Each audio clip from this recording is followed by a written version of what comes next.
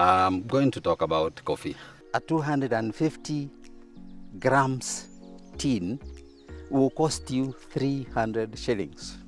You'll not even buy it even if you wanted. And if you are a producer like me, the payment, if you compare the much you can buy that and the payment you get per kilo, these are two different worlds. Marketing system ndio sasa inatusumbua sana, na hiyo kahawa yote imepelekwa kule na hatuna kitu. Tunakuwa tukiambiwa na serikali hiyo pesa tutapata, lakini hatupati. Sasa kama wakati huu tunaanza muhula wa pili na hatuna even a single cent, na sana sana sekta ya kahawa inakuwa na so many cartels. You'll also realize within the cooperative setup, there are those board of management who manage the cooperative society, and they lack the knowledge on how to manage the cooperative society, planning, and also the business skills. Women in the coffee industry have for a long time been providing the much needed labor in ensuring that we have the very valuable coffee product, but not being recognized or remunerated commensurately as their male counterparts. Coffee farming in Kenya is done by small-scale farmers. Most of them, they lack expertise in farm management. Most of them, they have not gone to school. So you'll find that they are doing farming without inputting the new technologies, new expertise. So the project Right Coffee has come at a very timely moment in the coffee sector in Kenya. The Right Coffee project will be implemented for 3 years. Within the 3 years, farmers will be trained on good agricultural practices. Board of management will be trained on skills and knowledge on corporate governance. Smallholder farmers will be trained on beekeeping. Also, the factory technical team will be trained on quality management. Cooperative will be installed with new softwares that will support in managing the transparency and traceability of coffee.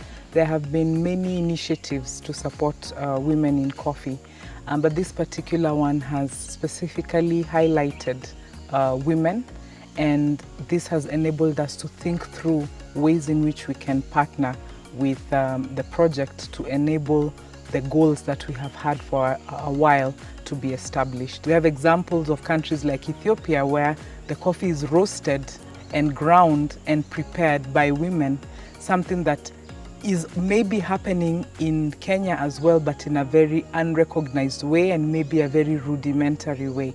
And therefore having it structured and having women understand what we're talking about when we say the ratio of coffee to water, flavor, the way they would do food or other beverages in the home could go a long way in creating the market. It might look simplistic, but that is the starting point of creating a taste, a flavor, an appreciation of coffee in the market that we're targeting. And obviously, in the process of doing that, they can scale it up and create brands that they now would be able to trade in.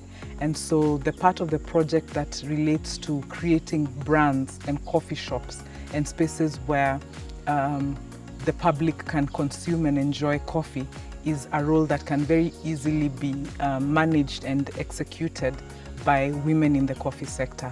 I think there is a very bright future for coffee farmers in Kenya, as long as they are going to engage themselves within the program, implement the new technologies that they are trained, and adopt all the expertise that goes along with the project. They just need the affirmative action and the push, the support from projects such as this and the association, and as well all other stakeholders in the coffee sector, for them to firmly take their space and ensure that the goals of the project and therefore their own goals are accomplished. Na tunafikiria pengine at the end of the day kahawa yenyewe itakuwa mzuri. At the end of the day kahawa itakuwa mzuri. Coffee consumers, the number is growing up, but the number of trees is going down. one day, one time, there might be a reverse, whereby a kilo or whatever the payment of coffee will be much higher. And it's only those people who will have retained theirs who are going to benefit. So I'm still waiting for that day to come.